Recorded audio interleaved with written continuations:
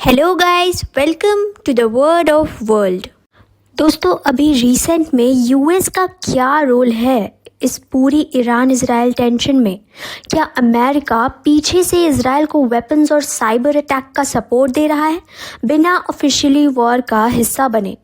और अगर ये वॉर बड़ी होती है तो इसका असर सिर्फ वेस्ट एशिया तक सीमित नहीं रहेगा, दुनिया भर के देशों पर इसका भयानक इम्पैक्ट पड़ सकता है।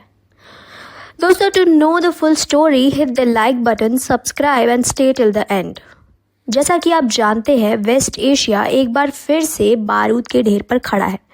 ईरान और इजराइल के बीच का टेंशन अब सिर्फ लफ्ज़ों का जंग नहीं रहा है, और सबसे बड़ी बात, अमेरिका भी इसमें खुद को तैयार कर रहा है।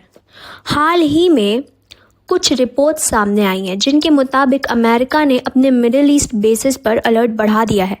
यूएस इंटेलिजेंस और मिलिट्री हाई कमांड ने इंटरनल मीटिंग्स में डिस्कस किया है कि अगर इजराइल ईरान पर बड़ा एयर स्ट्राइक करता है तो यूएस को कैसे रिएक्ट करना चाहिए।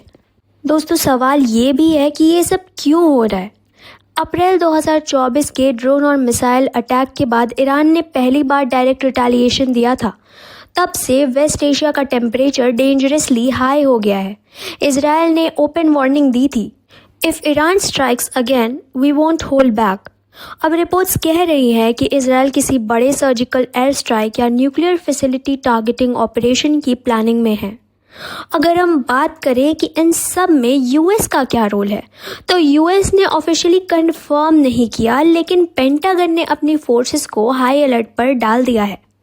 एयरक्राफ्ट कैरियर्स पर्शियन गल्फ के करीब मूव किए गए हैं और सर्विलेंस ड्रोन्स की गतिविधि भी बढ़ी है।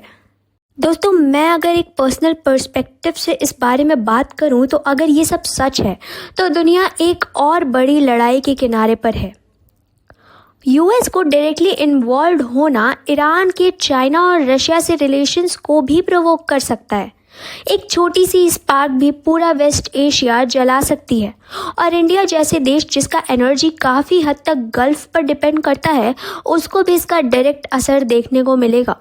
लेकिन असली सवाल ये है, क्या ये सिर्फ मिलिट्री प्रेशर है या सच में कुछ बड़ा होने वाला है?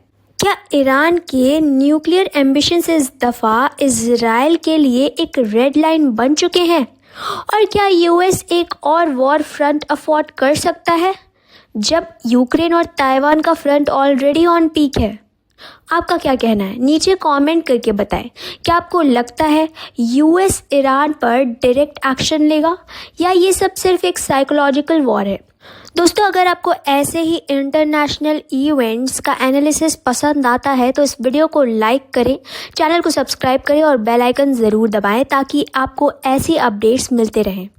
ऑल्सो दोस्तों, अगर आपको recently happened cyber war on Tehran से रिलेटेड जानकारी जाननी हो तो डिस्क्रिप्शन में दिए गए लिंक पर क्लिक करिए and update yourself with major happenings on Israel Iran conflict.